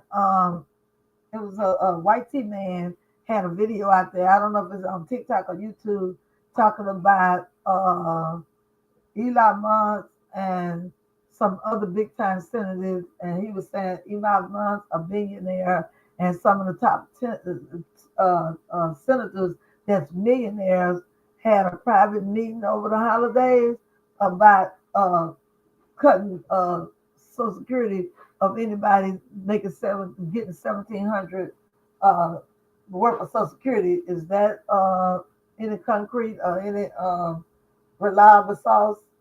Oh yeah, there's a lot of validity to that conversation. They have been talking about that, but they have been talking about stripping things across the board. Not only Social Security, they have been talking about attacking veteran benefits and anything that basically that they feel that the people don't deserve or didn't earn. So there was a meeting over the holidays that they talked about this. Well, I don't know when the meeting was, but I know pretty soon there will be a meeting, or there has been a meeting at Mar-a-Lago. But however, it had to come out exactly what the details of that meeting was about. But what you just mentioned, they have been talking about that for a while. It's not new, that one. Well, yeah, we've talked about that before, but I know what we do need to do. We need to, just like you said, that the blue states and the blue people are getting out there, putting stuff in place. We're going to have to really keep up with it. Have you researched anything about Louisiana? Because I need to know. What you mean about the anything going on? Because I do know the government, according to a source that I know, that used to get child care benefits paid for, they was approved to re-get them, but now it is alleged that the government here is cutting the funds for it. So Well, no, I haven't heard of that, but I do know this, that many states, even during COVID and during those periods, were refusing to actually distribute money to their needed population in red states. Now, if that's going on again, I haven't caught a wind of anything like that. But if I run across it, I'll definitely dig into it, because that will connect to all the stuff that Elon Musk and everybody are doing, trying to do. so have they had any hearings yet, or they gonna have to wait till DT get in office of some of them people that he appointed to be a part of his cabinet? Well, it's going to be a process where you're not going to really know too much as far as actions and how things impact things until after he gets in office. Because first of all, he's got to get his cabinet confirmed. Mm-hmm. Second of all, after he gets in, they have to get something started somehow, whatever they start with. He keeps talking about he's going to sign over 100 executive orders on the first day and so forth. We don't even know what all this stuff is yet. And the next thing is, if all his cabinet members, who those guys going to be? Because they also have to work with the professionals underneath them. Just because he puts you as a top man or top woman in the Pentagon doesn't mean that everything you do or say is going to roll over, because you have all these experts and professionals working underneath you that, control everything. And they might just tell you, look, boss, this don't work this way. I'm sorry. Then what are you going to do? You got to go back and tell DT or whoever, hey, this, I can't do this. Then that's a problem. So we got to wait till a lot of things happen to see basically how it's going to look. And we should know a lot more. Well, even though we know, I know half of this country don't believe in the higher power of Mother Nature, God, but I believe in God, and I do know a lot of things can take place. But like I told him this morning on a prior live, this is my third live this day. I'm so glad I stayed long enough to get you in here. But me and Creative had a great big topic, and it was a good topic too, very educational. And then you just given us some nuggets and some education nuggets for the politics. But let me add this for you, Francis. About this religious element, my grandmother and so forth. About how I told you already about. Yeah, I know your. But in any case, God or Mother Nature, they don't care what you do. I mean, God and Mother Nature. Mother Nature, you think Mother Nature cares if you do what you're supposed to do or not? Out of 8.5 billion people on this planet, I don't know how many trillions of ants and other animals and forms of life. You think Mother Nature really cares? If you care what Mother Nature does for you or not? I'm talking about the people who don't believe in it, who don't believe in the power of Mother Nature. Because, see, Mother Nature always has the power. You can walk out there every day and look at it. We're looking at it right here now in our area. You're looking at it in the East Coast, all this snow. Yeah. I mean, what are you going to do? You can't stop it, so you have to abide by Mother Nature rules. Right. And I said that to say this, though, Mr. W, like you are so wise up in, even though you believe in the higher being and the Mother Nature and God, you still have the intelligence to know not to be so cornered off in the religion, but the people who don't believe in Mother Nature and stuff, they are so gun ho on what DT can do or what the government can do. But I said all that to say is what I said this morning, and I'm asking you. You're a well-to-do man, I can tell. Your family is blessed, I can tell. But even with that, if DT or the government was able to put forth some of these rules, I said this morning that my daughter was telling me the way I fall asleep in my car and stuff. She's talking about I be preparing, planning not to have or not to be successful or whatever. But no, I don't. But I'm saying this. I said all that to say to be in survival mode. She said, I'm saying this to say this. I listen to these people on these platforms, and I listen to all these people running scared of DT and what DT can do and what the government can do. Okay, if we have to have hard times, is what I'm saying. Those who believe in Mother Nature, believe in God, believe in Christ and all of that. If we had to have a hard time, we can survive. We're not going to go and unalive ourselves if we can't pay rent and we have to live in a one-room shack. We're not going to go and unalive ourselves if we have to eat beans out of a can.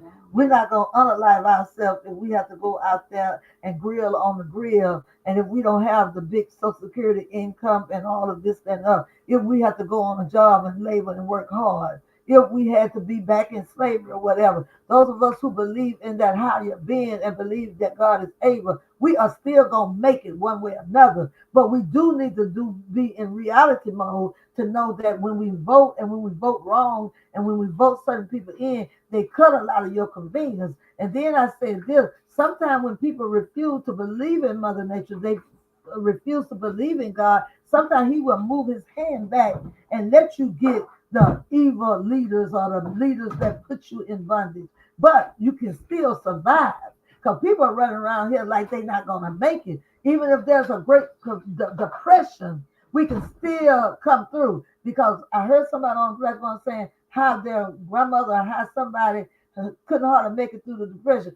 Yeah, it's going to be hard. I was telling them how my mama was raised before her mother got her 3-bedroom home and stuff. She was raised up in a little 2 or 3 room house with 3 other siblings, but she survived. But when Katrina came through here and she had been in her air conditioner home and been comfortable, she was about to have a fit. She almost knew she wasn't gonna make it, and that was 20 some years ago. She just turned 82, so she was in her early 60s then, and she thought she wasn't gonna make it. But guess what? If push really comes to shove, we can make it.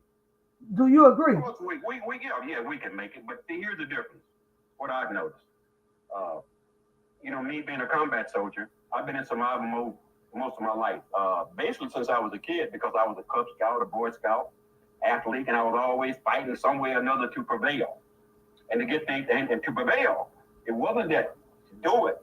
It had to be right, and it had to work. It had to achieve something. So that I've been in that state all my life. I was in the military with its special type training, survival training. I ate and lived from the land.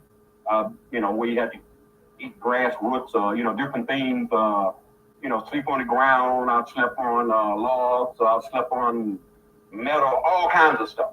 Right. Well, that prepared me.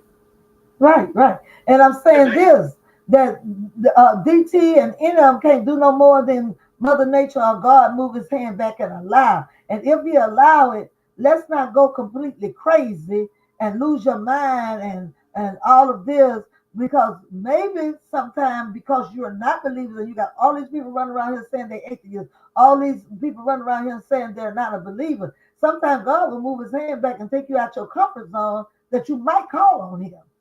Oh, so, yeah, that's true. But see, don't forget. Now, a lot of people don't like to make this connection, but physics was created by Mother Nature too. Everything we use, everything here, there's nothing here that man created. Man may think he created something, but he had to get the material, the resource from somewhere, and he got those from Mother Nature. So when man thinks that man is doing something great, well, Mother Nature. Okay, Creator, thank you. Mother Nature, first of all, as I said earlier, is going to do what it's going to do anyway. But that law, that physics law I'm trying to allude to now about Mother Nature is every action demands a reaction. Now, if that action is an action that's going one direction, that reaction is probably going to take it the same way. But if there's a resistance, then it's probably going to be resistance. Those are laws and factors in life and nature, whatever that man really has no full control over, but we see it happening. I mean, why do you think we have these conflicts? Because someone takes an action and then someone takes a reaction, and they never come together. So boom, you get an explosion. Right. And the thing that we have now is we say is to learn to, if you don't want some of these things to happen, God is not going to be up in heaven just not letting it happen because you don't want it to happen. Learn how to vote.